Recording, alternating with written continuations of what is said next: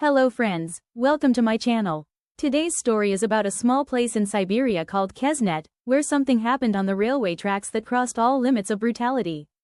This is a true incident that shook not only Siberia but the whole of Russia, and the investigation into this case was reopened twice to ensure the suspects were punished. Even today, people tremble when they hear about this case. This is the story of 7 boys who left their homes to catch a train but never returned. When people learned the reason behind their disappearance, they came face to face with a level of cruelty they had never imagined. The story begins in a small place called Kezhnet, where a few scattered houses stood and a single railway line passed through. On the night of August 14, 1989, a train was moving through the silent forests near Kezhnet according to its schedule. Suddenly, the drivers noticed something lying on the tracks ahead. At first, they couldn't understand what it was. But what they were about to witness would become one of the most painful and horrifying mysterious incidents in Russian history. This case is so disturbing that it forces you to think about what an idle mind can do and how far a human being can go. Kezhnet was a village in Russia that didn't even appear on most maps. The entire area was surrounded by trees and bushes. It didn't look like a typical village because the houses were scattered, and only a single railway line passed through it. The population was just 24 people. There were no shops and no roads, and the families living there were mostly railway workers. In a way, it was just a route for trains to pass through, and the roads around the railway led directly into the forests. Because of the open forests and mountains, light cold weather began as early as August, and the sun would set quickly.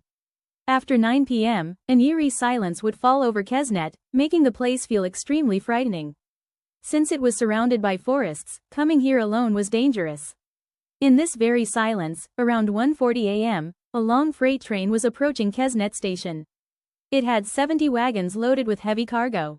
2 experienced drivers were operating it, Vadim Saprenko and Igor Saprenko, who were brothers and had driven trains through Kezhnet many times before. But this time, something was different. As the train approached the station, they saw something lying on the tracks ahead, but couldn't see it clearly. Vadim began honking loudly and applied emergency brakes. However, since the train was extremely long and heavily loaded, it couldn't stop in time. Despite all efforts, they failed to stop the train and heard the horrifying sound of something being crushed under the steel wheels. After stopping the train, both brothers took their lanterns and got down to check what had been crushed. They were used to animals sometimes coming under the train in forest areas, so it was normal for them. But what happened this time was different. The sound they heard was unlike anything before. They had no idea that what they were about to see would haunt them for the rest of their lives. In the lantern light, they saw scattered human body parts lying on the tracks. At that moment, they didn't even know how many people were involved. There was no movement, everyone appeared dead. The 2 drivers stood beside what used to be a group of young boys, now part of a horrifying incident that was impossible to understand. They couldn't tell whether it was an accident or something else, so they immediately informed the control room via walkie-talkie. Police were notified and arrived from the nearby Abakan station. Floodlights were arranged, and local residents were called to help search for body parts. One by one, the heads were found, and identification began. All of them belonged to a small community called Mezherchaks. The names identified were Dmitry, Nikolai, Vadim, Oleg, Vyacheslav, Roman, and Victor, all 15 years old and close friends. They went to school together, all of them belonged to a small community called Mezherchaks. The names identified were Dmitry, Nikolai, Vadim, Oleg, Vyacheslav, Roman, and Victor, all 15 years old and close friends. They went to school together, played football, and were on a weekend trip to collect cedar cone plants from the forest. Police initially concluded it was an accident. According to them, the boys had planned to catch a train at 10:40 p.m. on August 12 to return home after their trip. Perhaps they lost their way or went back into the forest and missed the train. Due to exhaustion, they supposedly lay down on the tracks. This theory sounded strange. Even stranger was the fact that their backpacks were found 250 meters away, placed in a straight line near the tracks, as if arranged deliberately. Reporters arrived, and some suggested it was suicide. But the boys' parents strongly rejected this idea. They said their children neither drank nor used drugs. Toxicology reports confirmed there was no alcohol in their blood. They were healthy, had no stress, and were well cared for. Train drivers also questioned the suicide theory. If they wanted to die, why didn't they move when the train approached? Why were their eyes closed? And why were they lying as if placed there? Despite all this, police closed the case as an accident. But the families never accepted this. 2 years later, they demanded the case be reopened.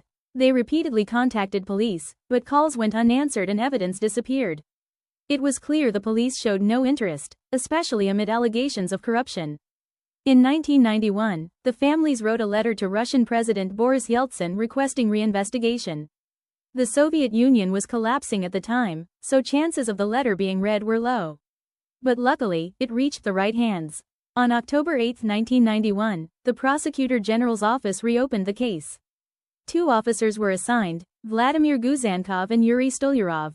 Vladimir was known for solving complex cases.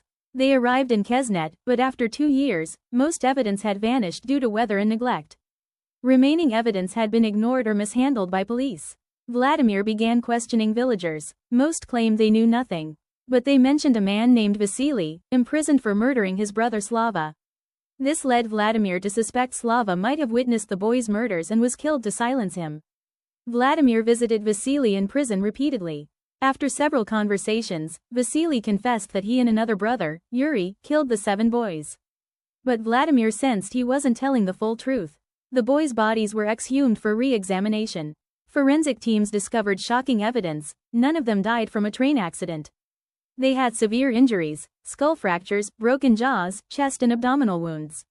The injuries indicated attacks with multiple tools commonly found in railway depots. The case was now officially a murder investigation. Further questioning revealed inconsistencies. 7 strong boys couldn't have been overpowered by just 2 weak men. Vasily then claimed a third brother, Slava, was involved and later killed. But Slava was already dead, leaving no proof.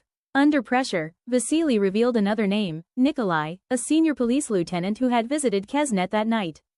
Villagers confirmed he was present and seen drinking with Vasily and others, including a lineman. Eventually, the lineman confessed everything. That night, several men were drinking out of boredom. After running out of alcohol, they went toward the station searching for drugs.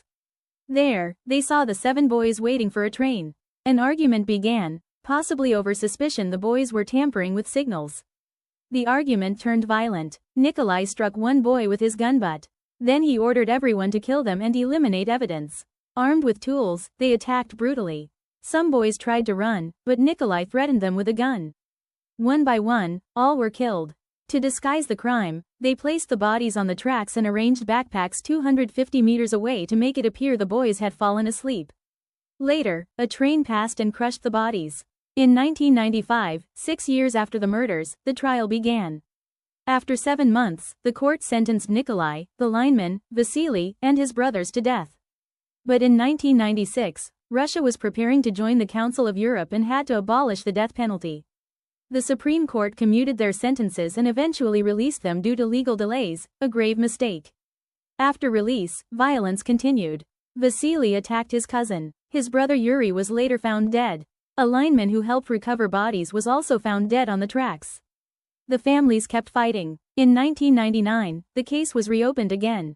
Over 4 years, bodies were re-examined, over 100 people. He had even become a municipal deputy after release. In 2003, the Supreme Court finally delivered a new verdict. Nikolai, the lineman, and Vasily were found guilty again. But the punishment was minimal. Nikolai and the lineman received 10 years, and Vasily got 7 years.